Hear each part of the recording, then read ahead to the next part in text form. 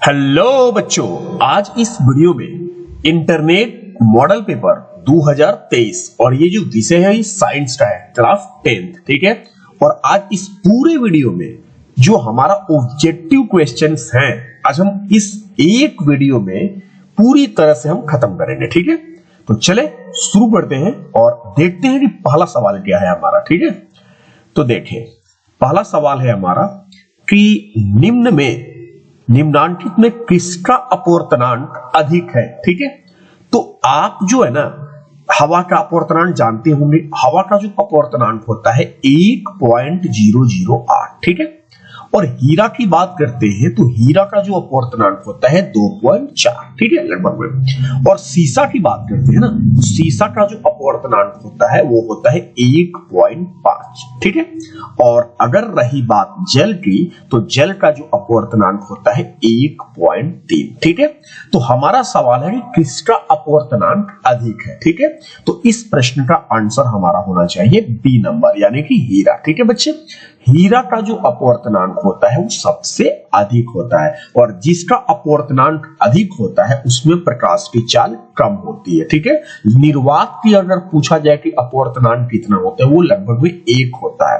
ठीक है, और सबसे ज्यादा प्रकाश की चाल अगर किसी में होती है तो वो निर्वात में होती है। ठीक है बच्चे, तो अब हम चलेंगे अपने दूसरे प्रश्न की तरफ।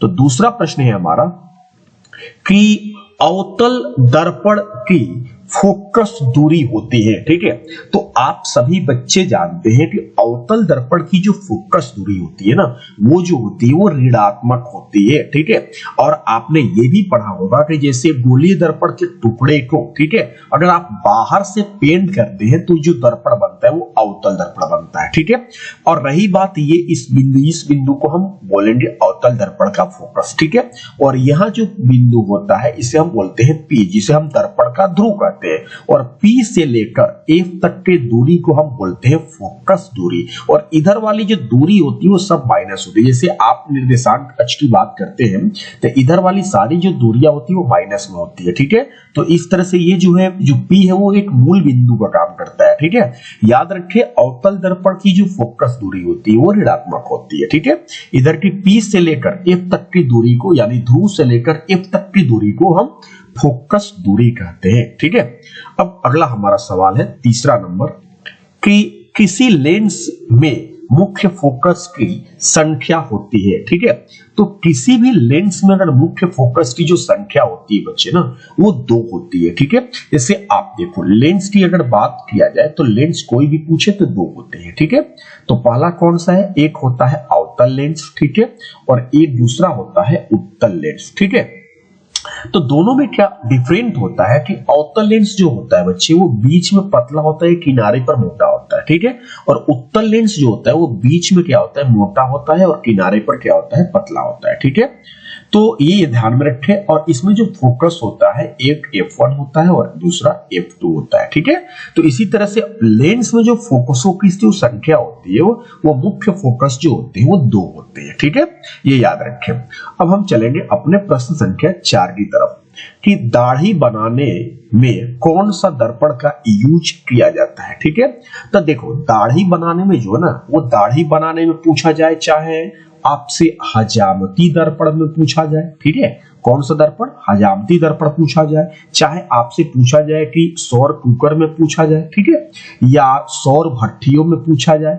ठीक है, तो इन सभी में क्या होता है ना कि अवतल दर्पण का यूज होता है। चाहे किसी गाड़ी के हेडलाइट में पूछा जाए। ठीक है, तो हेडलाइट में पूछे कि किस दर्पण का इस्तेमाल होता है तो इसका आंसर होना चाहिए अवतल दर्पण। ठीक है, आई होप कि आपको ये सारी चीजें समझ में आ गई होगी। ठीक है, और एक बात और मैं बता दूं कि रोगियों के नाक, कान, गले आदि की जांच के लिए भी ना अवतल दर्पण का ही इस्तेमाल किया जाता है। ठीक है, अब हम पढ़ेंगे क्वेश्चन नंबर 5। ठीक है, तो क्वेश्चन नंबर 5 कहता है अवतल दर्पण की जो फोकस दूरी जो होती है इसको स्मॉल f से हम दर्शा देते हैं। वैसे इसमें दर्शाया है कैपिटल से तो अभी हम कैपिटल F से ही दर्शा देते हैं। ठीक है, लेकिन फोकस दूरी को हम स्मॉल f से दर्शाते हैं। ठीक है, उसकी वक्रता त्रिज्या के बीच क्या संबंध होता है। ठीक है, तो आप सभी बच्चे जानते हैं कि जो फोकस दूरी होती है वो वक्रता त्रिज्या की आधी होती है। ठीक है, यानी जो f बराबर होता है r/2 होना चाहिए। तो इस प्रश्न का राइट आंसर हमारा हो जाएगा सी नंबर। ठीक है, अब हम चलेंगे अपने अगले प्रश्न की तरफ। अब अगला हमारा प्रश्न ये है कि निम्नांकित में किस लेंस को अभिसारी लेंस कहते हैं। ठीक है, तो भाई लेंस मैंने आपसे बोला है कि लेंस कितने होते हैं बच्चे, दो होते हैं। कौन कौन सा, एक होता है अवतल और दूसरा होता है बच्चे उत्तल होता है। ठीक है, और अवतल लेंस जो होता है ना वो बीच में पतला होता है, किनारे पर मोटा होता है। ठीक है, और उत्तल लेंस जो होता है वो बीच में मोटा होता है और किनारों पर पतला होता है। ठीक है, इसमें क्या होता है बच्चे कि इसमें जो है ना, थोड़ा सा ध्यान दीजिएगा, इसमें जो प्रकाश की जो किरणें जो होती है जो समांतर जाती है तो ये अपसरित होती है। ठीक है, तो यहाँ पर अवतल लेंस को हम बोलेंगे अपसारी लेंस। ठीक है, ये क्या होती है, फैल जाते हैं, जबकि उत्तल लेंस में ये समांतर मुख्य अक्ष जब समांतर जाती है तो जाकर एक बिंदु पर क्या होती है, मिल जाती है। ठीक है, इसलिए हम कहते हैं उत्तल लेंस को अभिसारी लेंस। ठीक है, तो याद रखेंगे कि किस लेंस को अभिसारी लेंस कहते हैं, किस लेंस को अपसारी लेंस कहते हैं। ठीक है, चलिए आगे बढ़ते हैं। Question number 7। वैसे इस प्रश्न का राइट आंसर क्या होना चाहिए बच्चे, अभिसारी लेंस बोला है तो ये हो जाएगा उत्तल लेंस। ठीक है, कभी कभी ये भी पूछे जाते हैं कि क्यों कहा जाता है, तो इसका भी आपके पास आंसर होना चाहिए। ठीक है, अगला हमारा सवाल है क्वेश्चन नंबर 7 कि दृश्य प्रकाश में किस वर्ण का तरंगदैर्घ्य न्यूनतम होता है। ठीक है, तो जी देखो, आपने जब देखा होगा कि जो सूर्य का प्रकाश होता है, ठीक है, जब एक प्रिज्म से गुजारा जाता है, ठीक है, तो जब एक प्रिज्म से गुजारा जाता है वो तो वो क्या होता है, वो 7 रंगों में विभक्त होता है। ठीक है, आपने पढ़ा होगा 7 रंगों में कैसे बोलेंगे, ला, ठीक है, ना, पी, ह, नी, ठीक है, फिर जा और बे। मतलब आप मेरा यहां पर मतलब समझे, ला से लाल, ना से नारंगी, पी से पीला, ह से हरा, नी से नीला, जा से जामुनी, बे से बैगनी। ठीक है, तो इसमें बात किया जा रहा है तरंगदैर्घ्य की। ठीक है, तो देखो एक सबसे ऊपर क्या है, लाल, और एक सबसे नीचे क्या है, बैगनी। इन दोनों से सवाल एग्जाम में पूछे जाते हैं। ठीक है, एक लाल से क्या क्या प्रश्न आता है कि पूछा जाता है कि सबसे ज्यादा तरंगदैर्घ्य किसका होता है, तो सबसे ज्यादा अगर तरंगदैर्घ्य पूछा जाए तो ज्यादा तरंगदैर्घ्य जो होता है वो लाल का होता है। ठीक है, और पूछा जाए कि लाल का विचलन पूछा जाए या झुकाव पूछा जाए तो सबसे कम विचलन जो होता है वो सबसे कम होता है किसका, लाल का होता है। क्योंकि आप देखो सबसे ज्यादा कौन सा वर्ण झुका हुआ है, बैगनी। तो एक तरंगदैर्घ्य से और दूसरा विचलन से। अगर पूछा जाए कि ज्यादा तरंगदैर्घ्य किसका होता है तो लाल का, और पूछा जाए कि कम विचलन किसका होता है तो लाल का। ठीक है, और उसी तरह से एक बैगनी से प्रश्न आता है। ठीक है, तो बैगनी से क्या होगा, बैगनी से पूछेगा कम तरंगदैर्घ्य किसका होता है, तो आपको बोलना है कि कम तरंगदैर्घ्य जो होता है वो बैगनी का होता है। अब पूछा जाए कि विचलन किसका ज्यादा होता है, ठीक है, यानी झुकाव किसका ज्यादा होता है, तो विचलन जो होता है सबसे ज्यादा, यानी झुकाव जो सबसे ज्यादा होता है वो बैगनी का होता है। ठीक है, तो मेरे में प्रश्न क्या पूछा है कि तरंगदैर्घ्य न्यूनतम, न्यूनतम का मतलब क्या होता है, सबसे कम, तो तरंगदैर्घ्य कम किस में होता है, बैगनी में होता है। ठीक है, इसलिए इस प्रश्न का राइट आंसर बी नंबर होना चाहिए, बैगनी। ठीक है, चलते हैं क्वेश्चन नंबर 8।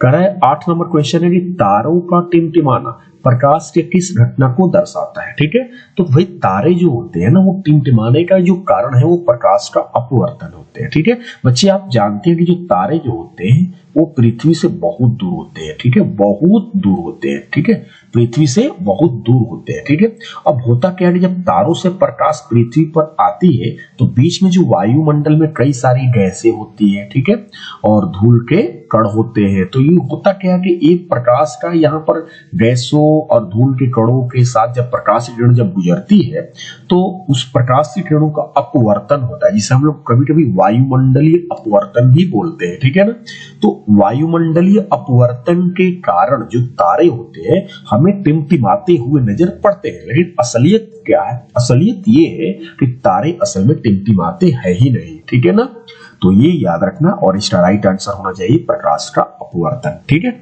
आगे क्वेश्चन नंबर 9 है हमारा।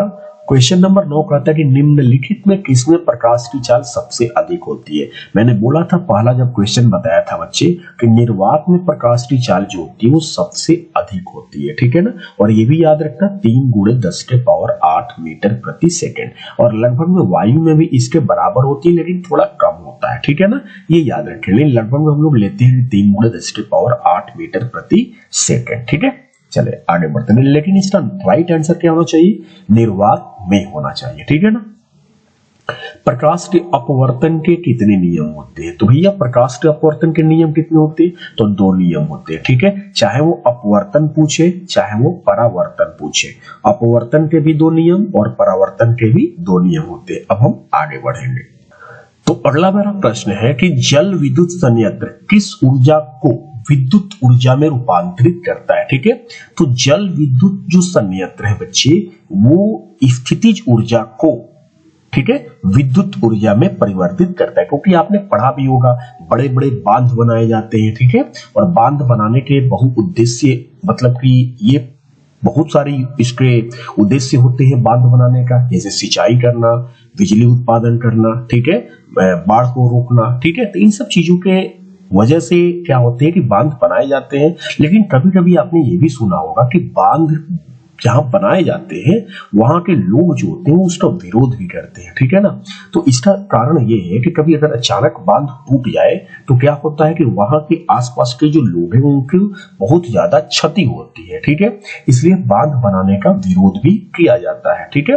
जैसे नर्मदा नदी पर कौन से बांध बनाया गया है? सरदार सरोवर बांध, और उसका भी विरोध जोरों शोरों से हुआ था, है ना। तो जल विद्युत संयंत्र में क्या होता है कि इसमें स्थितिज ऊर्जा को विद्युत ऊर्जा में परिवर्तित किया जाता है। ये नाभिकीय ऊर्जा, सौर ऊर्जा, तापीय ऊर्जा, ये गलत आंसर है, ठीक है। अब हम चलेंगे अपने 12 नंबर प्रश्न के लिए। तो 12 नंबर हमारा प्रश्न ये है कि जलता हुआ मोमबत्ती बदलता है, ठीक है। तो जलता हुआ मोमबत्ती बदलता है तो विद्युत ऊर्जा को प्रकाश ऊर्जा में। अब जल रहा है मोमबत्ती तो ये विद्युत ऊर्जा कहां से आ रहा है? ये तो गलत है। ध्वनि ऊर्जा कहां से है? ये भी गलत है। इनमें से कोई नहीं। रासायनिक ऊर्जा को प्रकाश ऊर्जा में, ये बी नंबर आपका राइट आंसर है, ठीक है। चले अब हम चलेंगे 13 नंबर। 13 नंबर हमारा प्रश्न कहता है कि एक विद्युत सेल से धारा प्राप्त करने पर इसके सिरों के बीच का जो विभवांतर का मान जो होता है वो विद्युत वाहक बल की तुलना में हो जाता है, ठीक है। तो याद रखिए बच्चे कि विद्युत वाहक बल क्या होता है? पहले विद्युत वाहक बल, ठीक है। तो विद्युत वाहक बल की जो परिभाषा होती है बच्चे कि सेल द्वारा इकाई आवेश पर, कौन सी? इकाई आवेश पर, ठीक है, किया गया जो कार्य होता है वो सेल का विद्युत वाहक बल कहलाता है, ठीक है। मैं फिर से बोल रहा हूं, सेल द्वारा इकाई आवेश पर किया गया कार्य जो होता है वो सेल का विद्युत वाहक बल कहलाता है, ठीक है। तो वोल्टेज का मान जो होगा वो विद्युत वाहक बल की तुलना में अधिक और दोगुना बिल्कुल नहीं होगा। इसका राइट आंसर क्या हो जाएगा? कम, ठीक है। अब हम पढ़ेंगे 14 नंबर। तो 14 नंबर क्या है हमारा प्रश्न? 14 नंबर कहता है कि प्रतिरोधों का मान बढ़ाने के लिए प्रतिरोधकों को जोड़ा जाना चाहिए, समांतर क्रम में, श्रेणी क्रम में, ए और बी दोनों में, इनमें से कोई नहीं, ठीक है। तो अगर प्रतिरोधकों का मान आपको क्या करना है? बढ़ाना है, ठीक है।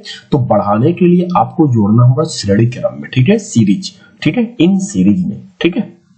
इसका कारण ये है बच्चे, सीरीज में जैसे क्या होता है कि जैसे 3 प्रतिरोधक है, सीरीज में जोड़ने का मतलब क्या होता है कि अगर बंद हो तो सारे बंद हो जाते हैं इसमें, ठीक है। अगर एक का प्रतिरोधक जो है ना वो 5 ओम है, दूसरे जो प्रतिरोधक का प्रतिरोध है 10 ओम है, तीसरे का जो है 15 ओम है, तो अगर कुल समतुल्य प्रतिरोध निकाले तो इसको डायरेक्ट जोड़ दिया जाता है, 5 ओम प्लस 10 ओम प्लस 15 ओम, ठीक है। तो ये हो जाएगा 15 10 25 और 5 30 ओम हो जाएगा। लेकिन अगर यही समांतर क्रम की बात आती है तो ये होता है 1/r बराबर 1/5 प्लस 1/10 प्लस 1/15। तो इससे जो रिजल्ट होगा वो कम होगा, ठीक है। तो हमारा जो आंसर क्या होना चाहिए? श्रेणी क्रम होना चाहिए, ठीक है ना। चले अब हम चलेंगे क्वेश्चन नंबर 15 की तरफ। 15 नंबर है विद्युत चुंबक बनाने के लिए प्रायः जिस छड़ का उपयोग होता है, ठीक है। देखो विद्युत चुंबक बनाने के लिए क्या होता है ना, वो नरम लोहा का इस्तेमाल किया जाता है, ठीक है। ध्यान देना बच्चे, विद्युत चुंबक जो होता है वो ये एक अस्थायी चुंबक होता है, ठीक है। कैसा चुंबक होता है? अस्थायी चुंबक होता है, क्योंकि आप जब तक से इसमें विद्युत धारा प्रवाहित करोगे तो ये चुंबकत्व जैसा व्यवहार करेगा, लेकिन जब ही धारा बंद हो जाएगी तो ये अपना चुंबकत्व खो देगा, ठीक है। इसलिए हम कह रहे हैं कि ये एक अस्थायी चुंबक है और इसके लिए नरम लोहा का इस्तेमाल किया जाता है, क्योंकि नरम लोहा का जो चुंबकत्व जो क्षमता होती है वो ज्यादा होती है, ठीक है। चलिए अब हम चलेंगे क्वेश्चन नंबर 16 और 16 नंबर हमारा प्रश्न है कि उच्चतर ताप पर कौन सी प्रक्रिया पूरी की जाती है, ठीक है। तो उच्चतर ताप पर ऑप्शन है नाभिकीय विखंडन, नाभिकीय संलयन, ए और बी दोनों, इनमें से कोई नहीं। तो नाभिकीय विखंडन में क्या होता है बच्चे कि एक बड़ा सा नाभिक होता है, ठीक है, और टूट जाता है। तो बड़ा सा नाभिक को तोड़ने के लिए उसको उच्च ताप देना पड़ेगा, इसलिए इसका राइट आंसर जो होना चाहिए ए नंबर होना चाहिए, ठीक है। कौन सा नंबर बच्चे, ए नंबर होना चाहिए। तो याद रखें, कोई भी पूछे नाभिकीय विखंडन किसे कहते हैं, तो एक भारी नाभिक दो हल्के नाभिकों में टूट जाता है, ठीक है, उसे हम कहते हैं नाभिकीय विखंडन। इसी तरह से प्रश्न किया जाए कि नाभिकीय संलयन क्या है, तो आप कहेंगे कि दो हल्के नाभिक, ठीक है, मैं लिख देता हूं, दो हल्के नाभिक, ठीक है, और जुड़कर एक भारी नाभिक का निर्माण करते हैं, भारी नाभिक का निर्माण करते हैं, इसे हम कहते हैं नाभिकीय संलयन कहते हैं, ठीक है। और ये भी याद रखना कि सूर्य अथवा तारों के पास जो इतनी विशाल ऊर्जा जो होती है, ठीक है, सूर्य अथवा तारों के पास जो इतनी विशाल जो ऊर्जा होती है वो नाभिकीय संलयन के बदौलत ही है, ठीक है। अगर एक प्रश्न ये किया जाए कि हाइड्रोजन बम किस पर आधारित है, तो इसका भी आंसर नाभिकीय संलयन। लेकिन हमारे प्रश्न के अकॉर्डिंग चलिए कि उच्चतर ताप पर कौन सी प्रक्रिया पूरी होती है, तो वो हो जाएगा नाभिकीय विखंडन, ठीक है। अब हम चलेंगे क्वेश्चन नंबर 17 की तरफ। तो 17 नंबर हमारा प्रश्न है कि सौर ऊर्जा को सीधे विद्युत में बदलने वाली युक्ति क्या है, ठीक है।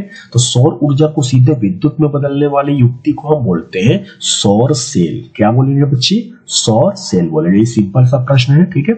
अगला हमारा प्रश्न है कि पवन विद्युत जनित्र में पवन की चाल कम से कम कितनी होनी चाहिए, ठीक है। तो पवन विद्युत जनित्र में पवन की चाल कम से कम 15 किलोमीटर प्रति घंटा होनी चाहिए, ठीक है, ये याद रखें। और कहीं पर भी 15 किलोमीटर प्रति घंटा नहीं दिया है, इसलिए हम अपने ऑप्शन डी पर लगाएंगे। दूसरी चीज कि पवनों का पूछा जाए कि देश किसे कहा जाता है, कई बार प्रश्न भी आया है और हमने लिखवाया भी है आप लोगों को। पवनों का देश जो कहा जाता है वो डेनमार्क को कहा जाता है। किसको कहा जाता है बच्चे, डेनमार्क को कहा जाता है। अब हम आगे बढ़ेंगे।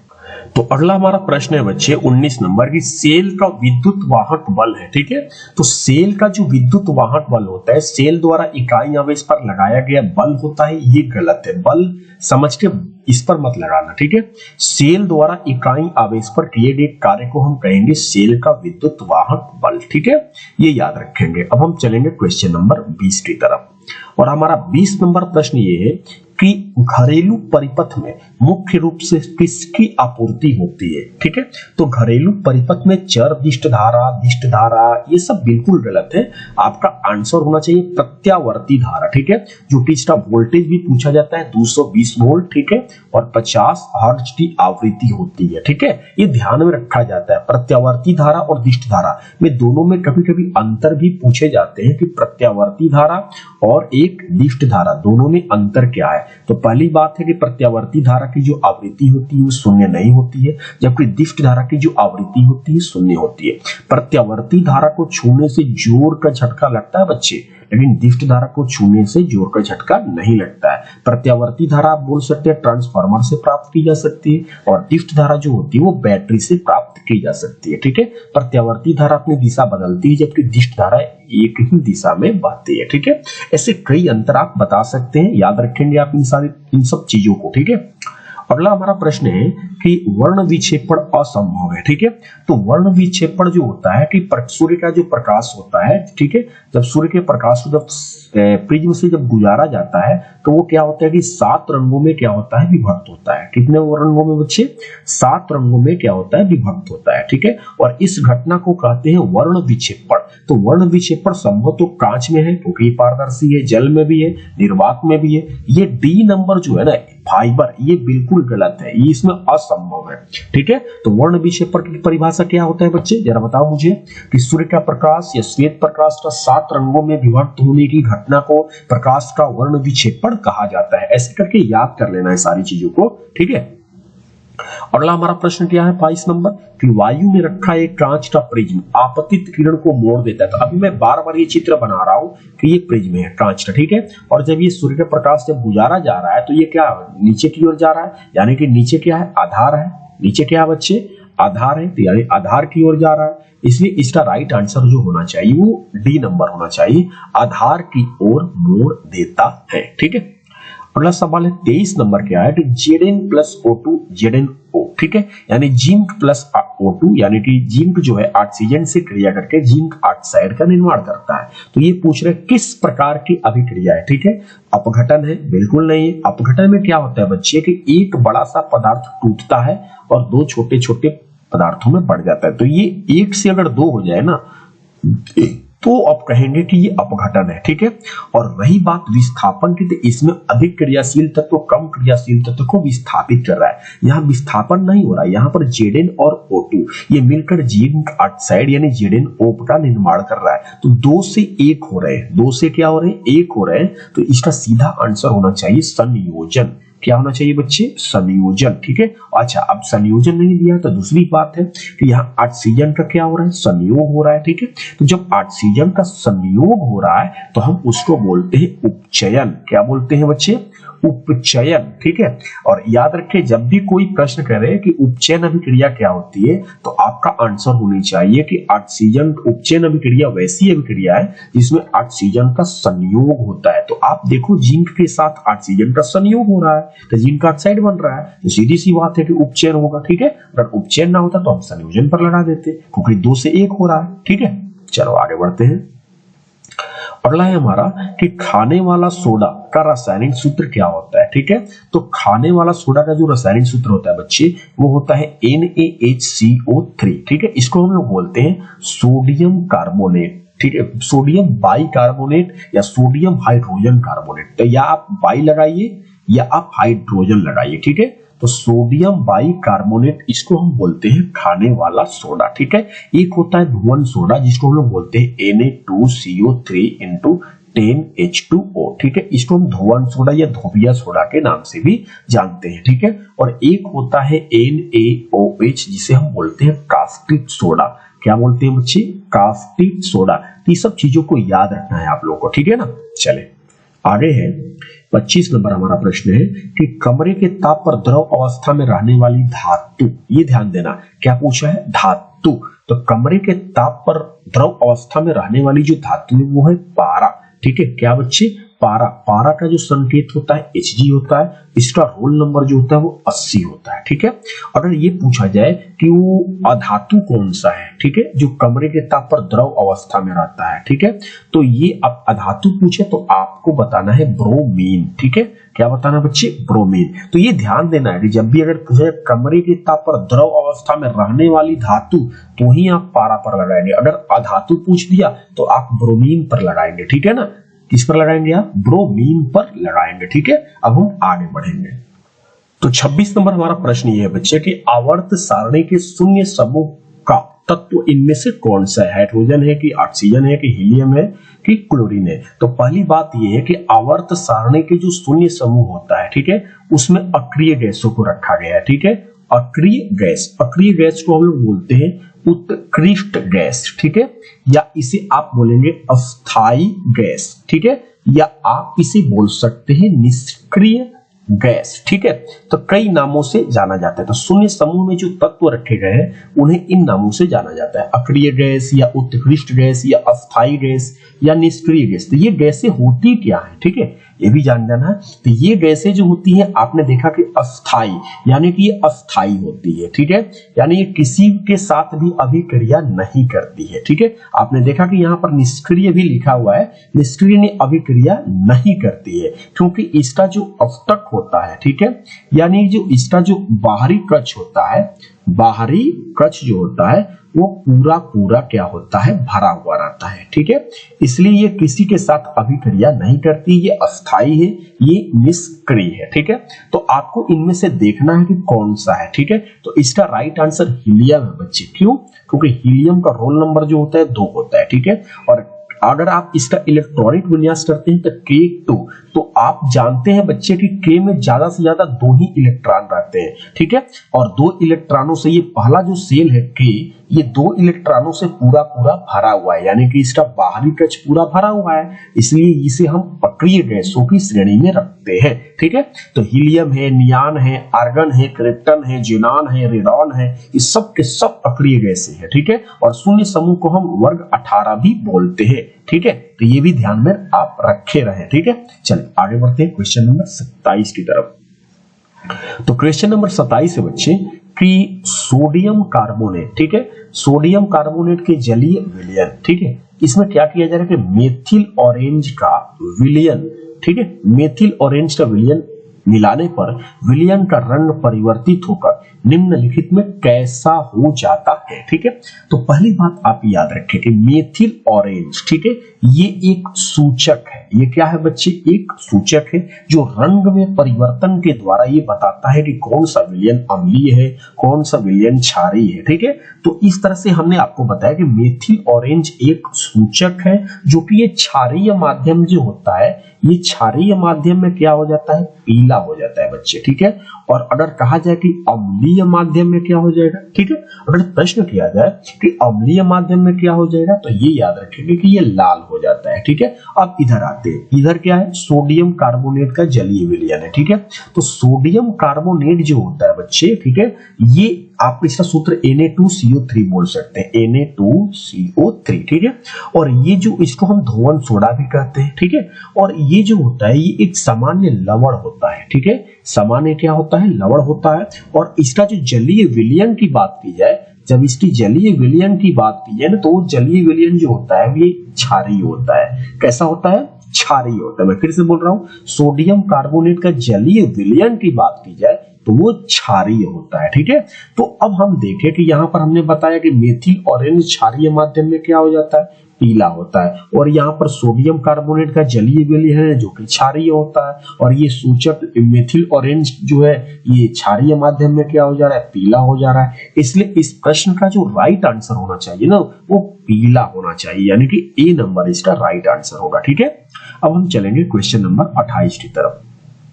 तो 28 क्या है? ग्लोबल वार्मिंग के लिए उत्तरदायी गैस कौन सी होती है, ठीक है। तो ग्लोबल वार्मिंग के लिए उत्तरदायी गैस जो है वो कार्बन डाइऑक्साइड, इसे क्या बोलते हैं बच्चे? Carbon dioxide. पूछा जाए ग्लोबल वार्मिंग क्या है, ठीक है, तो आप इसका आंसर दे दीजिए कि पृथ्वी के तापमान में आवश्यकता से अधिक बढ़ जाना, पृथ्वी के तापमान का औसतन से अधिक हो जाना तापमान, ये कहलाता है ग्लोबल वार्मिंग, ठीक है। और इससे इसकी ये जो है प्रदूषण के कारण ये ऐसा हो रहा है, ठीक है। और इसका उत्तरदायी गैस की बात की जाए तो वो हो जाएगा कार्बन डाइऑक्साइड, ठीक है। अब हम चलेंगे क्वेश्चन नंबर 29 की तरफ। 29 नंबर हमारा प्रश्न है, गंधक की परमाणु संख्या क्या है? पहली बात याद रखो बच्चे, गंधक जो होता है इसको हम सल्फर भी बोलते हैं, ठीक है। और इसका जो संकेत होता है S होता है। और रही बात रोल नंबर की, तो रोल नंबर इसका 16 होता है, ठीक है। और अगर पूछा जाए कि 16 होता है, इसका इलेक्ट्रॉनिक बुनियाद से K2L8M6, तो इसके बाहरी केस में कितने इलेक्ट्रॉन है बच्चे? 6 इलेक्ट्रॉन है, ठीक है।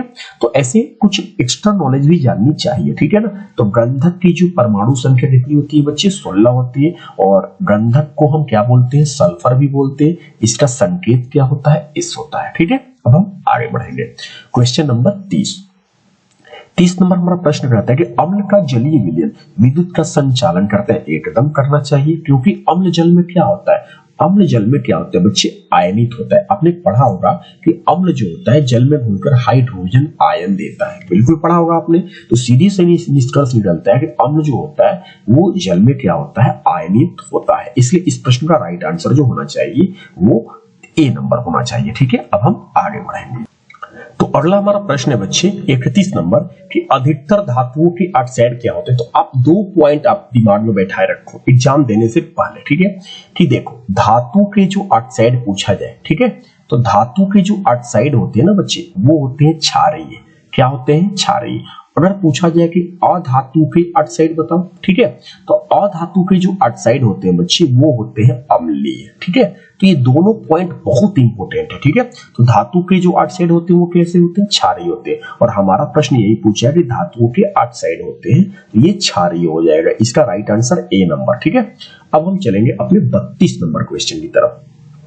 तो 32 नंबर है, सोने में निम्नलिखित में कौन सी धातु मिलाकर मिश्र धातु तैयार की जाती है? ठीक है, मैं फिर से बोल रहा हूं, सोने में निम्नलिखित में से कौन सी धातु ठीक है, मिलाकर मिश्र धातु तैयार की जाती है। ठीक है, तो देखो सोना का संकेत क्या होता है बच्चे, सोना का संकेत जो था Au होता है। ठीक है, क्या होता है Au। और आपने कभी ना कभी ये भी पढ़ा होगा कि 1 ग्राम सोना से लगभग 2 किलोमीटर लंबा तार बनाए जा सकते हैं। ठीक है, ये तो आपने जरूर पढ़ा होगा। सोना के बारे में एक और मैं आपको पॉइंट बता रहा हूँ कि सोना जो होता है ना वो सबसे अधिक तन्य होता है, सबसे अधिक तन्य धातुओं में सोना का नाम आता है। ठीक है, और अगर ये भी पूछा जाए कि शुद्ध सोना कितने कैरेट का होता है तो ये भी याद रखिए, शुद्ध सोना जो होता है 24 कैरेट का होता है, ये भी आपको पता होना चाहिए। ठीक है, सोने की जो परमाणु संख्या होती है 79 होती है। ठीक है, और आभूषण बनाने के लिए जो होता है ना, शुद्ध सोना तो 24 कैरेट का होता है, लेकिन जब आभूषण की बात आएगी तो आभूषण बनाने के लिए 22 कैरेट उपयुक्त होता है। ठीक है, मतलब 22 कैरेट का आप इस्तेमाल कर सकते हैं। 2 कैरेट में आप क्या कर सकते हैं, 2 कैरेट में कोई ना कोई धातु आप मिला सकते हैं।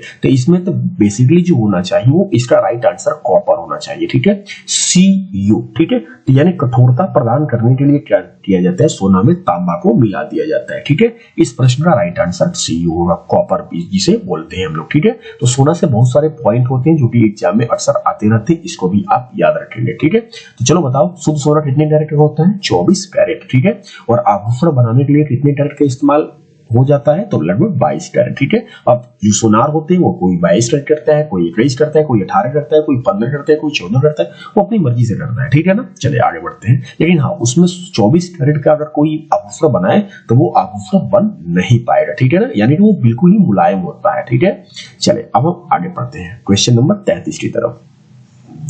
33 हमारा प्रश्न ये है कि NaCl प्लस AgNO3 और AgCl और NaNO3। ठीक है, तो हमने ये देखा कि यहाँ पर भी 2 यौगिक होते हैं। ठीक है, और ये दोनों यौगिक अपने आयनों का अदला बदली करके 2 नए यौगिक का निर्माण किए हुए हैं। ठीक है, इसलिए हम इसे बोलेंगे द्विविस्थापन अभिक्रिया। तो कोई प्रश्न किया जाए कि द्विविस्थापन अभिक्रिया किसे कहते हैं, द्विविस्थापन अभिक्रिया में आपका आंसर होनी चाहिए कि 2 यौगिक अपने आयनों का अदला बदली करके 2 नए नए यौगिक का निर्माण करें, इसे हम बोलेंगे द्विविस्थापन अभिक्रिया। संयोजन में क्या होता है, 2 से क्या होता है बच्चे, 1 हो जाता है। ठीक है, वियोजन में क्या होता है, 1 से 2 हो जाता है। ठीक है, विस्थापन में क्या होता है, अधिक क्रियाशील तत्व कम क्रियाशील तत्व को क्या कर देता है, विस्थापित कर देता है। ठीक है, ये सब चीजें याद रखनी है आपको। ठीक है, अगला प्रश्न है हमारा सिलिकॉन है। तो ठीक है, तो सिलिकॉन का जो संकेत होता है SI होता है और इसका रोल नंबर होता है 14 होता है। ठीक है, तो ये सिलिकॉन जो है एक उप धातु है। क्या है बच्चे, उप धातु। अब मैं पूछूं उप धातु किसे कहते हैं, तो उप धातु जो होता है वो इसमें धातु और प्लस अधातु, ठीक है, दोनों के गुण हो उसे हम बोलेंगे उप धातु। ठीक है, इसलिए इस प्रश्न का राइट आंसर जो होना चाहिए वो C नंबर होना चाहिए। तो सिलिकॉन क्या है बच्चे, एक उप धातु है। उप धातु इसे कहते हैं जिसमें धातु और अधातु के गुण होते हैं। ठीक है, सिलिकॉन का संकेत क्या होता है, SI होता है। सिलिकॉन की परमाणु संख्या कितनी होती है, 14 होती है। ठीक है, अब हम चलेंगे अपने प्रश्न संख्या 35 की तरफ। 35वां हमारा प्रश्न है कि वे तत्व जिनके बाहरी सेल पूर्ण रूपता भरे होते हैं। तो मैंने आपको थोड़ी देर पहले ही बताया कि जिनके बाहरी सेल पूर्ण रूप से भरे हुए होते हैं उन्हें हम बोलते हैं उत्कृष्ट गैस। क्या बोलते हैं बच्चे, उत्कृष्ट गैस बोले, चाहे आप इसे बोले निष्क्रिय गैस बोले, चाहे आप इसे बोले अस्थायी गैस बोले, चाहे आप इसे अक्रिय गैस बोले। ठीक है, कई नामों से ये जाना जाता है। ठीक है, तो उत्कृष्ट गैस इसका राइट आंसर होना चाहिए क्योंकि इनके बाहरी सेल पूर्ण रूप से भरे होते हैं। जैसे हमने बोला था ना, हीलियम है, नियान है, ठीक है, फिर जाकर आर्गन है, क्रिप्टन है, जेनान है, रेडान है, ये सब अक्रिय गैसों में आते हैं। ठीक है, क्वेश्चन नंबर है खड़िया का रासायनिक सूत्र क्या है। ठीक है, 36 खड़िया का रासायनिक सूत्र क्या है, CaHCO3 का होल ट्वाइस, ये गलत है। OCl ये भी गलत है और CaCl2 ये भी गलत है। याद रखें बच्चे, खड़िया का जो रासायनिक सूत्र होता है CaCO3 होता है। ठीक है, इसे हम बोलते हैं कैल्शियम।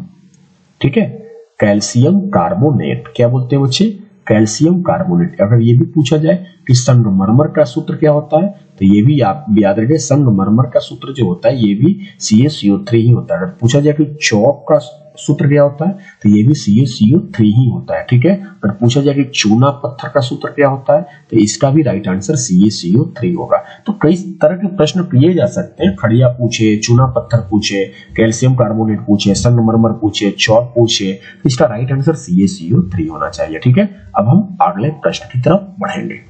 तो 37 नंबर हमारा प्रश्न है बच्चे कि निम्नांकित में कौन सबसे अधिक अम्लीय ऑक्साइड है। ठीक है, तो मैंने आपको थोड़ी देर पहले बताया कि अधातु के जो ऑक्साइड होते हैं बच्चे, अधातु के जो ऑक्साइड होते हैं वो क्या होते हैं, अम्लीय होते हैं। ठीक है, तो आप यहां देखो कि यहाँ एस सल्फर है और सल्फर क्या है बच्चे, अधातु है।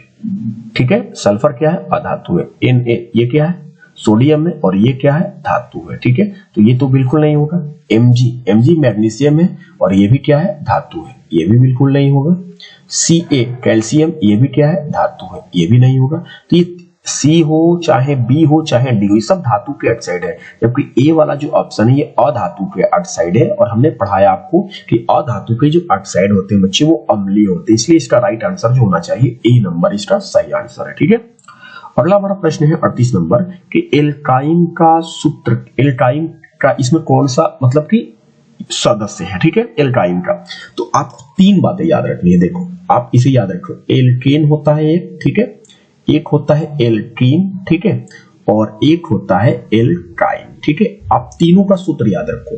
इसका सूत्र होता है CnH2n+2, ठीक है, और इसका होता है CnH2n, और इसका सूत्र होता है CnH2n-2। ठीक है, तो आप यहां पर नोटिस करो, तो यहां पर 2 लगा हुआ है, यहां पर 2 हटा हुआ है, और जबकि यहाँ पर 2 घटा हुआ है। तो आप ऐसे बोल सकते हो ना, 2 लगा के 2 हटा के 2 घटा के, ठीक है, ऐसे याद कर सकते हो आप। एल्केन, एल्कीन, एल्काइन, इन तीनों का सूत्र याद रखो। पहला वाला सूत्र एल्केन में 2 लगा के, एल्कीन में 2 हटा के, और एल्काइन में 2 घटा के। ठीक है, तो चलो अब देखो कि इसमें कोर्स कर रहे एल्काइन का है, तो एल्काइन वाला तो ये होना चाहिए ना, CnH2n-2। ठीक है, तो आप यहाँ पर नोटिस करो कि यहाँ पर जो आया हुआ है सी नंबर जो ऑप्शन है, यहाँ पर सी के कितने परमाणुओं की संख्या है, 2 है। ठीक है, तो आप यहाँ n की जगह पर 2 रखो। ठीक है, ओके, अब यहाँ पर देखो 2, n की जगह पर 2 रखो, 2 दूना के 4, 4 में से 2 घट जाएगा तो 2, यानी कि इसका राइट आंसर जो है C2H2। इसका राइट आंसर कौन सा होना चाहिए बच्चे, सी नंबर, C2H2 एल्काइन का इसमें सदस्य है। ठीक है, बाकी सब रखोगे तो ये आप पता चलेगा कि कोई एल्केन पर है, कोई एल्कीन पर है, लेकिन एल्काइन पर मात्र यही है, सी नंबर, आप चेक कर सकते हो इन कमांड रख के। ठीक है, चलिए क्वेश्चन नंबर 39। ठीक है, तो 39 कहता है कि CH3O-C2H5 का IUPAC नाम। ठीक है, अगर कोई पूछे ना बच्चे कि IUPAC का फुल फॉर्म क्या होता है, तो आई से बताना इंटरनेशनल, INTERNATIONAL, इंटरनेशनल। यू से पूछा जाए यूनियन, UNION। ठीक है, UNION, यूनियन। ठीक है, ऑफ। अब देखो पी का होता है प्योर। ठीक है, इंटरनेशनल यूनियन ऑफ प्योर। ठीक है, और फिर यहां पर ए है तो आप यहां पर एंड लगा के अप्लाइड कर सकते हो। ठीक है, अप्लाइड का स्पेलिंग होता है APPLIED, अप्लाइड, और फिर अंत में क्या है सी, तो इसका मतलब बता सकते हो केमिस्ट्री, CHEMISTRY। ठीक है, तो IUPAC का आप नाम जानो, international union of pure and applied chemistry. ठीक है, और CH3O-C2H5 इसका जो IUPAC नाम की अगर बात किया जाए तो IUPAC नाम होता है बच्चे मेथॉक्सीएथेन। ठीक है, अगर सामान्य नाम पूछा जाए तो इसी का नाम होता है एथिल मेथिल ईथर। ठीक है, मैं फिर से लिखता हूं एथिल मेथिल ईथर, यहां पर लिखा भी है बी नंबर। ठीक है, तो चले ठीक है, तो एथिल मेथिल ईथर भी बोलते हैं मेथॉक्सीएथेन को, लेकिन IUPAC नाम होता है मेथॉक्सीएथेन। ठीक है, और जो O जो क्रियाशील समूह होता है ये ईथर का होता है बच्चे। ठीक है, उसी तरह से CO जो होता है वो कीटोन का होता है। किसका होता है, कीटोन का। और OH पूछा जाए किसका होता है तो आप बताना एल्कोहल का होता है। ठीक है, किसका होता है, एल्कोहल। ये सब चीजें याद होनी चाहिए ना आपको, एल्कोहल का होता है। उसी तरह से पूछा जाए CHO ये किसका होता है तो ये होता है एल्डिहाइड का होता है। ठीक है, एल्डिहाइड का। COOH ये किसका होता है, ये होता है कार्बोक्सिलिक अम्ल का होता है। ठीक है, कार्बोक्सिलिक अम्ल, आप इसे सही से कर देना, कार्बोक्सिलिक अम्ल का होता है। ठीक है, चले अब हम आगे बढ़ेंगे। तो हमारा प्रश्न संख्या 40 है बच्चे कि निम्न में कौन सा यौगिक ईंधन, ठीक है, ईंधन के रूप में इस्तेमाल किया जाता है। ठीक है, प्रोपेनॉल, इथेनोइक अम्ल, एथेनॉल, या इनमें से सभी। ठीक है, तो ईंधन के रूप में जो इस्तेमाल किया जाता है वो एथेनॉल का किया जाता है। ठीक है बच्चे, एथेनॉल एक तरह का एल्कोहल है। ठीक है, क्या है बच्चे, एल्कोहल है। ठीक है ना, जिसका उपयोग ईंधन के रूप में किया जाता है। ठीक है, अब हम 41वां प्रश्न को देखेंगे। 41 नंबर हमारा प्रश्न है कि सोडियम हाइड्रोक्साइड जिंक से अभिक्रिया करके निम्नलिखित में कौन सा उत्पाद बनाता है। ठीक है, चार ऑप्शन आपके सामने है। तो सोडियम हाइड्रोक्साइड का सूत्र क्या होता है बच्चे, NaOH। ठीक है, और ये किससे अभिक्रिया कर रहा है, ये कर रहा है जिंक से, तो Zn। ठीक है, और ये अभिक्रिया करके बनाता है Na2ZnO2। ठीक है, Na2ZnO2।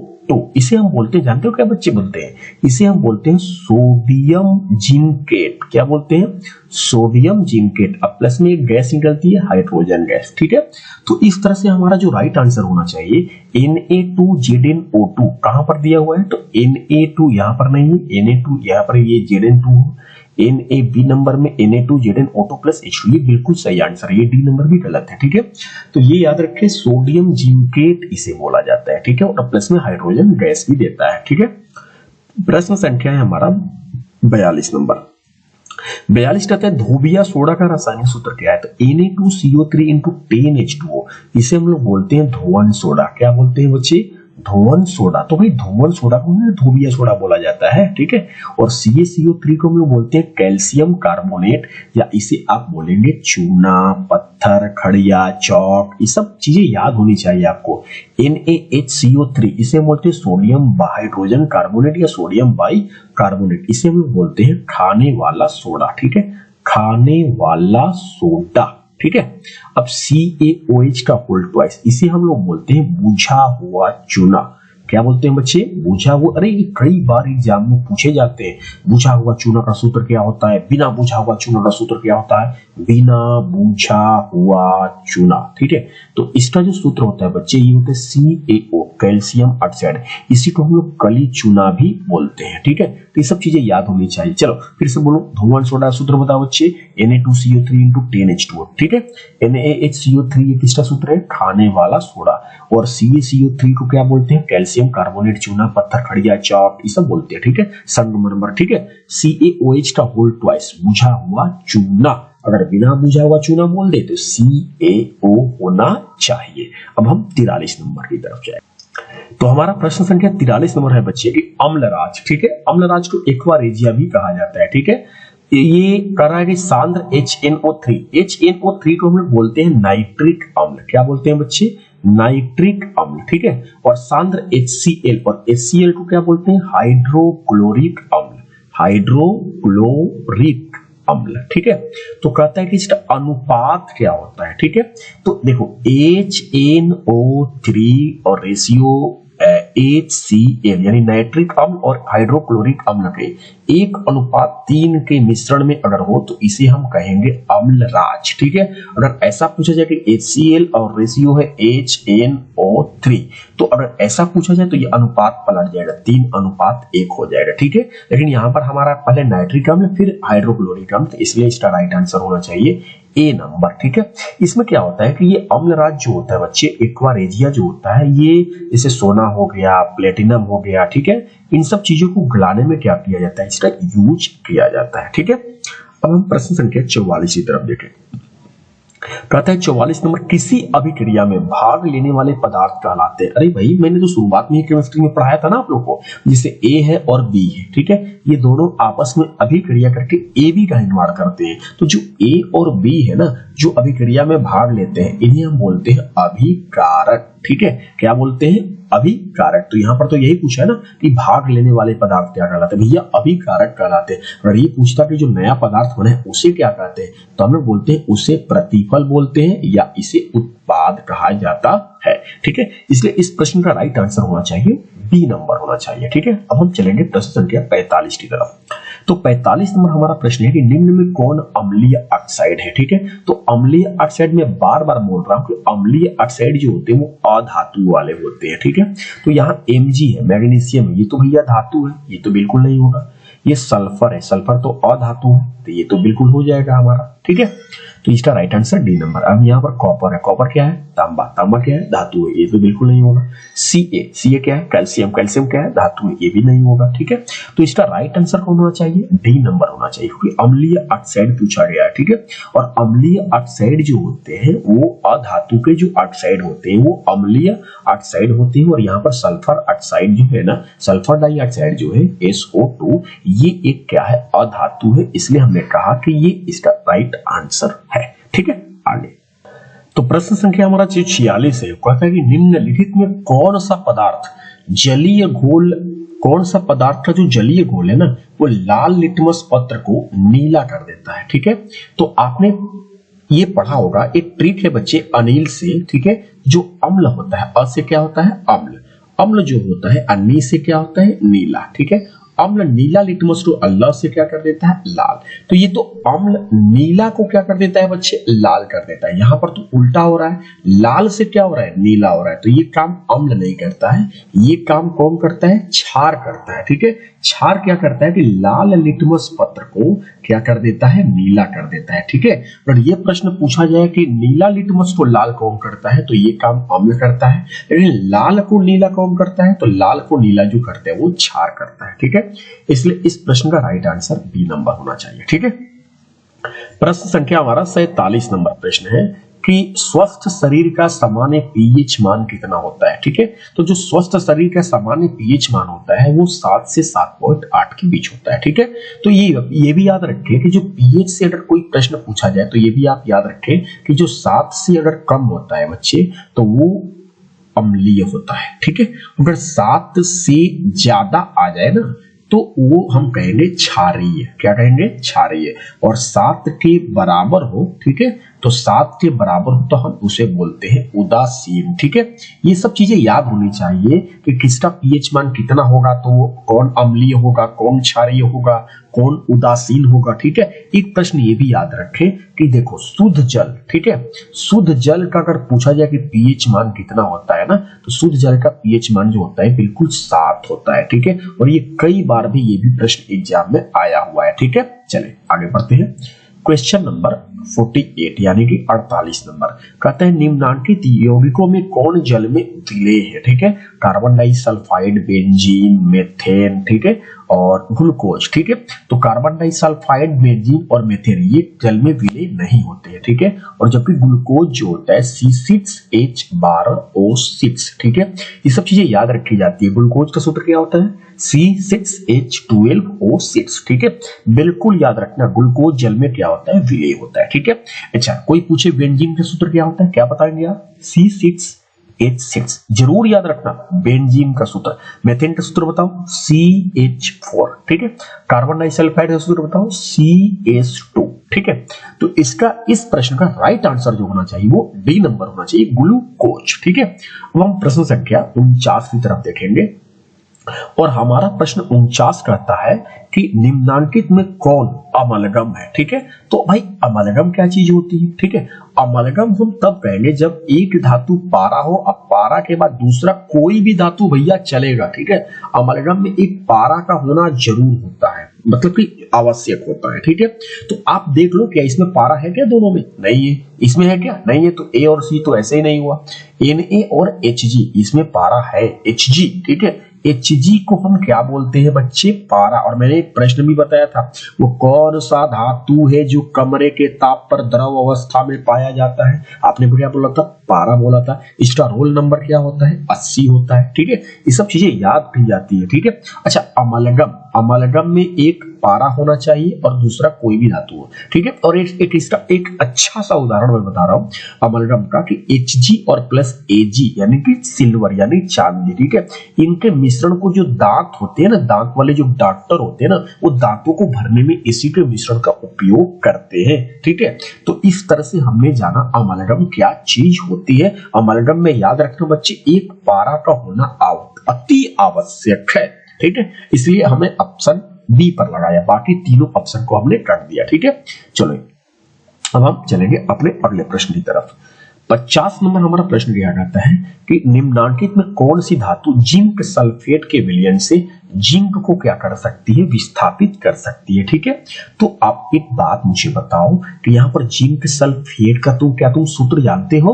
तो जिंक सल्फेट का सूत्र होता है ZnSO4। ठीक है, अब इसमें से आपको वो कौन सी इन चारों ऑप्शन में A, C, B, D इन चारों में से इसमें कौन सी धातु को रखे कि वो क्या कर सके, वो जिंक को विस्थापित कर दे। ठीक है, तो आप एक धातुओं की सक्रियता श्रेणी को पढ़े होंगे। इसमें सक्रियता श्रेणी में जो सबसे ऊपर जो होता है वो धातु सबसे ज्यादा क्रियाशील होता है। जैसे आपने पढ़ा होगा के बाद क्या आता है बच्चे, Na आता है, Na के बाद क्या आता है, Ca आता है, Ca के बाद क्या आता है, Mg आता है, Mg के बाद क्या आता है, Al आता है। ठीक है, उसके बाद क्या आता है, Zn आता है। तो आप इसमें देखोगे कि जो सबसे ऊपर होता है वो ज्यादा ही क्रियाशील होता है। ठीक है, और जैसे जैसे नीचे जाती है वो क्रियाशीलता घटती जाती है। ठीक है, तो आप यहाँ पर नोटिस करो कि यहाँ पर जो है आपका Zn है। ठीक है, और Zn के ऊपर कौन है, Al है, यानी Zn से ज्यादा क्रियाशील कौन हो गया, Al हो गया, एल्यूमिनियम हो गया। ठीक है, इसलिए इस प्रश्न का राइट आंसर जो होना चाहिए एल्यूमिनियम। ठीक है, तो आप यहाँ पर क्या भर देंगे, एल्यूमिनियम। ठीक है,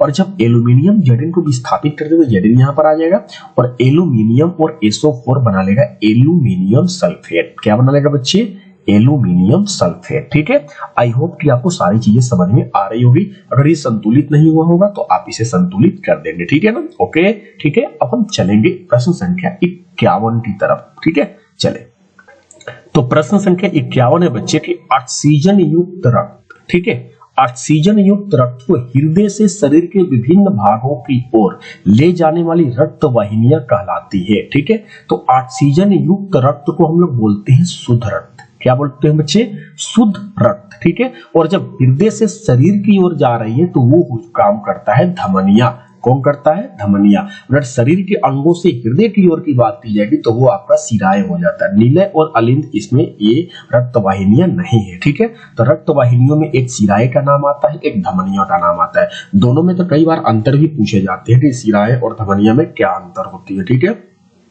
तो शिराएं की जो होती है दीवार जो होती है, जो भितिया होती है वो पतली होती है। ठीक है, जबकि धमनिया की जो भितिया होती है ना वो मोटी होती है। ठीक है, एक क्या होता है ना, धमनिया में अगर बात की जाती है पल्मोनरी धमनिया को छोड़कर बाकी सभी धमनियों में क्या होता है ना कि शुद्ध रक्त ही प्रवाहित होता है। जबकि शिराएं में अगर बात की जाए तो शिराएं में क्या होता है कि पल्मोनरी शिराएं को छोड़कर बाकी सभी शिराओं में क्या होता है, अशुद्ध रक्त ही प्रवाहित होता है।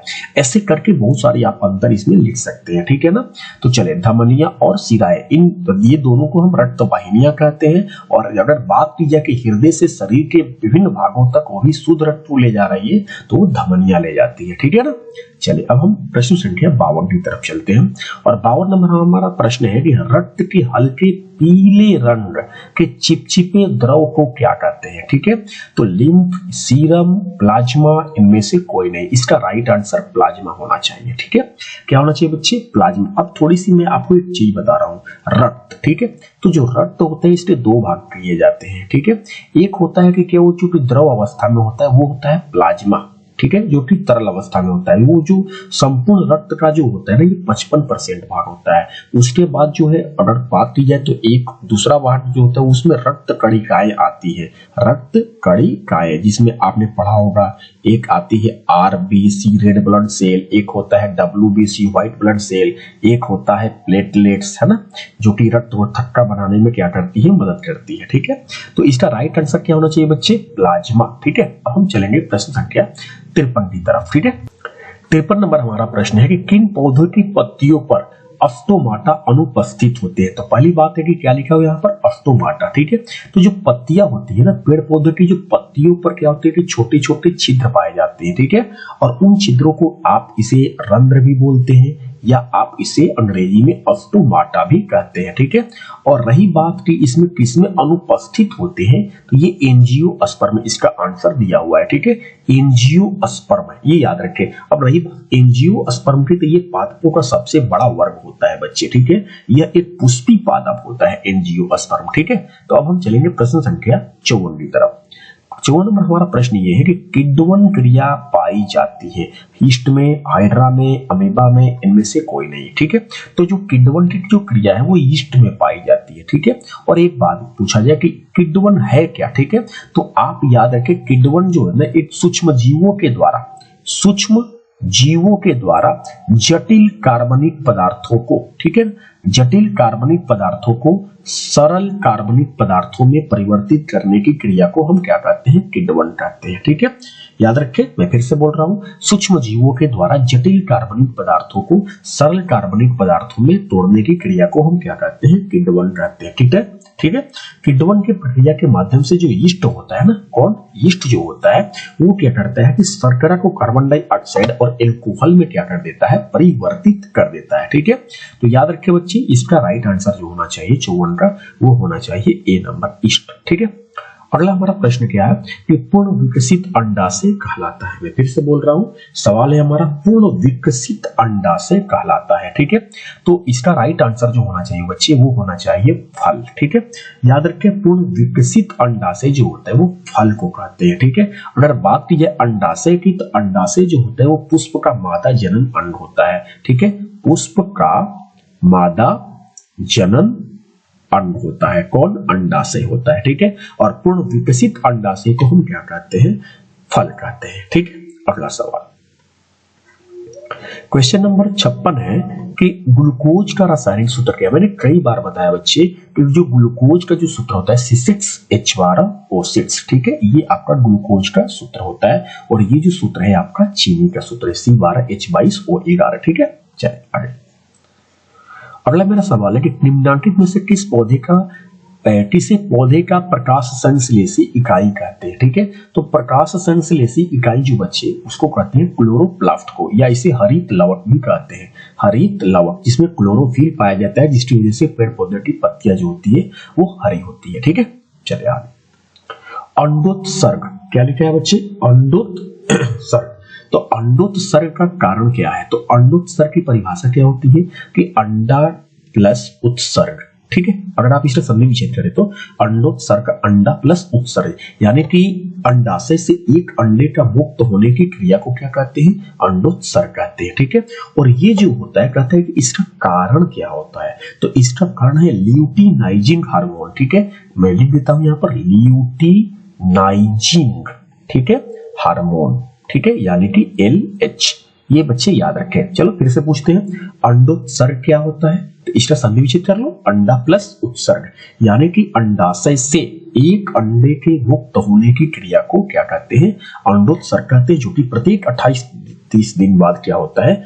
एक अंडा अंडाशय से परिपक्व होता है। ठीक है ना, और ये जो होता है किसके कारण होता है? तो ल्यूटिनाइजिंग हार्मोन, जिसको हम लोग बोलते हैं LH। ठीक है बच्चे, आगे क्वेश्चन नंबर 59। क्वेश्चन नंबर 59, निम्नलिखित जीवों में किसमें अलैंगिक जनन द्विखंडन द्वारा नहीं पाई जाती? यहां पर ध्यान देना बच्चे, नहीं पाई जाती है। तो लिस्मानिया में तो द्विखंडन होता है। ठीक है, पैरामीशियम में भी क्या होता है? द्विखंडन होता है। ठीक है, अमीबा में भी सारे बच्चे जानते हैं द्विखंडन होता है। तो भाई अब क्या बचा? ईस्ट हो चाहे हाइड्रा, ठीक है, इन दोनों में क्या होता है? मुकुलन होता है। और कई बार प्रश्न आया भी है, तो हमसे तो नहीं पूछा है, तो नहीं तो द्विखंडन नहीं होता है, तो किसमें नहीं होता है? ईस्ट में नहीं होता है, यानी कि हाइड्रा में नहीं होता है। तो ईस्ट और हाइड्रा से सवाल कई बार एग्जाम में पूछे जाते हैं। ठीक है, चले जाते। तो 60 नंबर प्रश्न है हमारा बच्चे कि प्रकृति में ऑक्सीजन का संतुलन कैसे बना रहता है? ठीक है, संयोजक क्रिया द्वारा, प्रकाश संश्लेषण द्वारा, अपघटन द्वारा, इनमें से कोई नहीं। तो भाई प्रकृति में ऑक्सीजन का जो संतुलन है वो प्रकाश संश्लेषण के द्वारा होता है। प्रकाश संश्लेषण किसे कहते हैं? तो पेड़ पौधे की भोजन बनाने की एक विधि है। ठीक है ना, और इसमें क्या होता है? पेड़ पौधे जो होते हैं वही CO2 को ग्रहण करते हैं और हमको देते हैं ऑक्सीजन। ठीक है, इस तरह से संतुलन क्या रहता है? हमेशा बना रहता है। ठीक है, आगे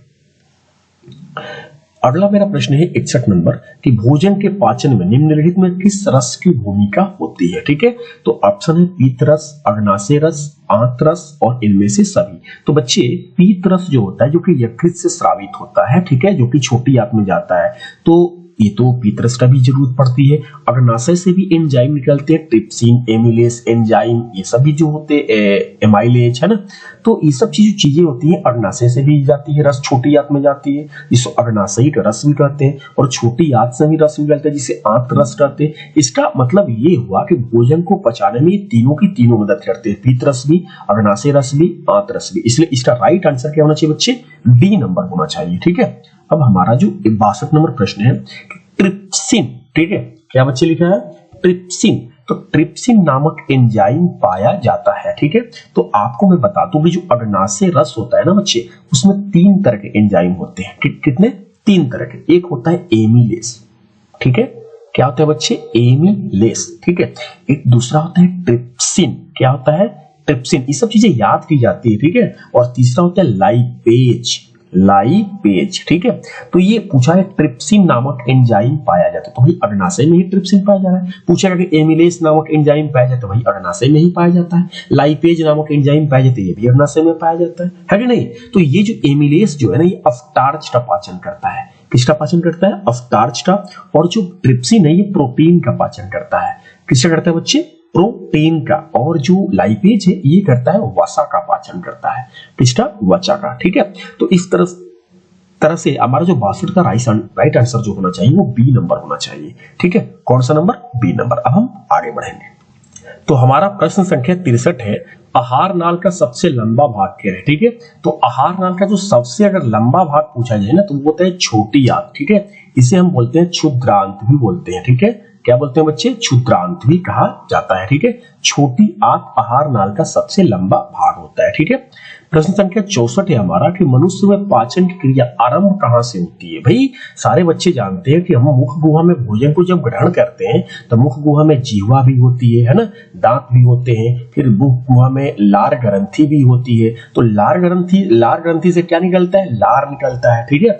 जो कि ये क्या करता है कि मंड को शर्करा में बदलता है। मंड वो किस में बदलता है? शर्करा में बदलता है। तो हम तो कह सकते हैं कि भाई भोजन का जो पाचन होता है ना, वो मुख गुहा से ही आरंभ हो जाता है, ठीक है। अगला हमारा प्रश्न है कि 65 नंबर की निम्नलिखित में कौन वसा के पाचन में सहायक होता है, ठीक है। तो अभी आपको थोड़ी देर पहले हमने बताया था कि अग्नाशय, ठीक है, अग्नाशय से 3 तरह के एंजाइम निकलते हैं बच्चे। एक होता है एमिलेस, ठीक है। चलो आप याद पारो। दूसरा क्या होता है बताओ तो जरा हमें। वो होता है ट्रिप्सिन। क्या होता है? ट्रिप्सिन। और बताओ तीसरा, बताओ। तीसरा होता है लाइपेज। क्या होता है? लाइपेज। तो एमिलेस क्या करता है? एमिलेस स्टार्च का पाचन करता है, और हमारा तो वसा की बात कर रहा है, ठीक है। ट्रिप्सिन क्या करता है? ट्रिप्सिन तो प्रोटीन का पाचन करता है, ठीक है, ये भी नहीं होगा। लाइपेज करता है किसका? वसा का पाचन करता है। इसलिए इस प्रश्न का राइट आंसर जो होना चाहिए लाइपेज होना चाहिए, यानी कि बी नंबर इसका राइट आंसर होना चाहिए, ठीक है। ओके, मुझे पूरा विश्वास है बच्चे समझ में जरूर आ रहा होगा आप लोगों को, ठीक है। अगला सवाल है हमारा 66, ग्लाइकोलिसिस की प्रक्रिया संपन्न होती है। किसकी? ग्लाइकोलिसिस की प्रक्रिया संपन्न होती है। तो ये जो प्रक्रिया होती है बच्चे, ये कोशिका द्रव्य में संपन्न होती है, ठीक है। इसमें होती है कोशिका द्रव्य में संपन्न होती है, ठीक है। अब हम अगले प्रश्न की तरफ चलेंगे। तो अगला प्रश्न है बच्चे कि 67 नंबर की ओजोन परत है, ठीक है, हानिकारक है कि उच्च ताप पर लाभदायी है कि लाभदायी है कि इनमें से कोई नहीं, ठीक है। तो पहले आप बता दो ओजोन परत जो होता है ना, वो है क्या, पहले इसको समझ लो आप, ठीक है। देखो ओजोन परत ओजोन गैसों की एक परत है, और ओजोन गैस का जो सूत्र होता है O3, ठीक है। ओजोन गैस का सूत्र होता है O3। अब ये करता क्या है, ठीक है, लास्ट में हम डिसाइड करेंगे कि ये लाभदायी है कि हानिकारक है, ठीक है। चलो देखो, तो ये क्या करता है कि जो सूर्य होता है, ठीक है, तो सूर्य की जो प्रकाश पृथ्वी पर आती है, ठीक है, ये हो गया हमारा पृथ्वी। तो सूर्य से आने वाले कुछ प्रकाश पृथ्वी पर जब आती है तो उसमें हानिकारक किरणें भी होती है।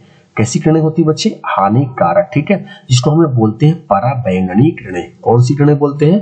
पराबैंगनी किरणें बोलते हैं। और ये रहा ओजोन परत। तो ओजोन परत क्या करता है कि जो इस हानिकारक पराबैंगनी किरणों को पृथ्वी पर आने ही नहीं देता है, ठीक है। तो अब आप डिसाइड करो कि जब ओजोन परत हानिकारक पराबैंगनी किरण को पृथ्वी पर आने नहीं दे रहा है, तो अब मुझे बताओ कि क्या ओजोन परत हानिकारक है कि लाभदायक है। तो सारे बच्चे बोलेंगे कि नहीं नहीं लाभदायक है, ठीक है, क्योंकि अगर पराबैंगनी किरणें पृथ्वी पर आना शुरू हो जाएगी तो तरह तरह के भयंकर रोग होने शुरू हो जाएंगे, जैसे त्वचा कैंसर जैसी रोग, ठीक है ना। आपने अक्सर ये सब चीजें पढ़ा भी होगा, ठीक है। तो ओजोन परत ये भी पूछा जाता है किस गैसों की परत है, तो ओजोन गैस। और ओजोन गैस का सूत्र क्या होता है? O3। और ये कहां पर ओजोन परत पाया जाता है, कौन से मंडल में? तो समताप मंडल में पाया जाता है। ये भी प्रश्न आप इसे याद रखें, ठीक है। अब हम 68 नंबर पे चलेंगे।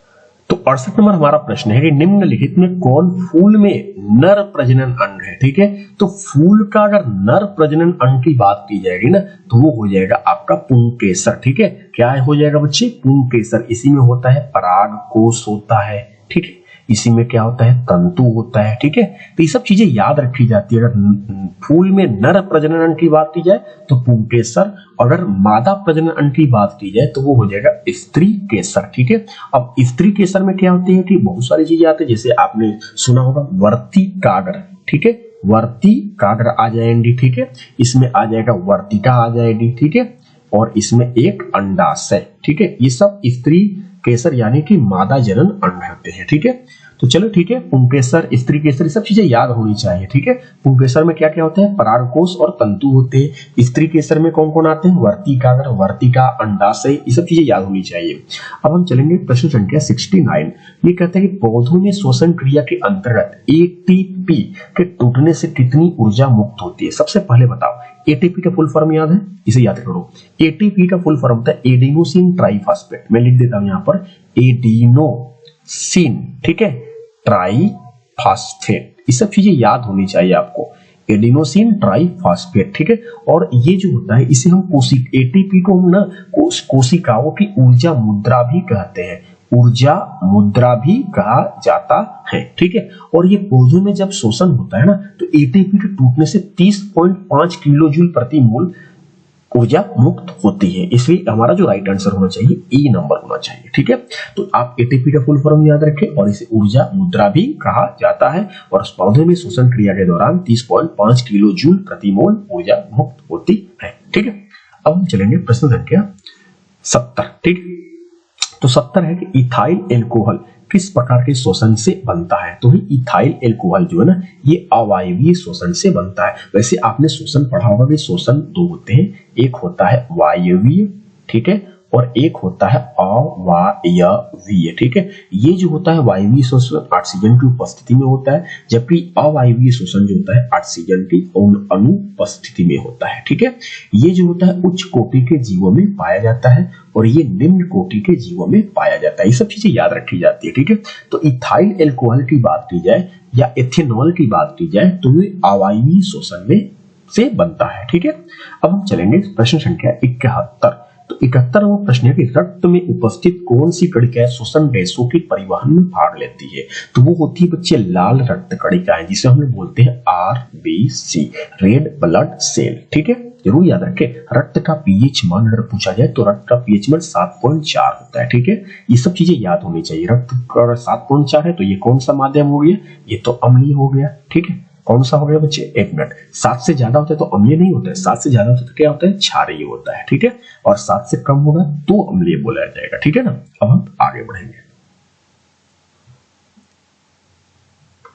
तो अगला नंबर हमारा प्रश्न है बच्चे कि पादप अपशिष्ट जमा होते हैं। ठीक है, तो पादप अपशिष्ट जो होते हैं ना, यानी कि पादपों के द्वारा जो अपशिष्ट पदार्थ है वो सब जमा होते हैं। तो पत्तियों में भी जमा होते हैं, छाल के रूप में भी जमा होते हैं और कोशिकीय रिक्तिकाओं में भी जमा होते हैं। इसलिए इस प्रश्न का राइट आंसर इन सभी में हो जाएगा। ठीक है, अब हम चलेंगे प्रश्न संख्या 73 नंबर। 73 नंबर हमारा प्रश्न है कि मनुष्य की आहार नाल का कौन सा भाग किसी एंजाइम को स्रावित नहीं करता है। ठीक है, तो मुंह से ही तो भोजन का पाचन होता है, ये तो करता है। ठीक है, आमाशय में भी बहुत सारी हाइड्रोक्लोरिक अम्ल होते हैं, जठर ग्रंथियां होती है जो भोजन को पचाने का काम करते हैं, है ना।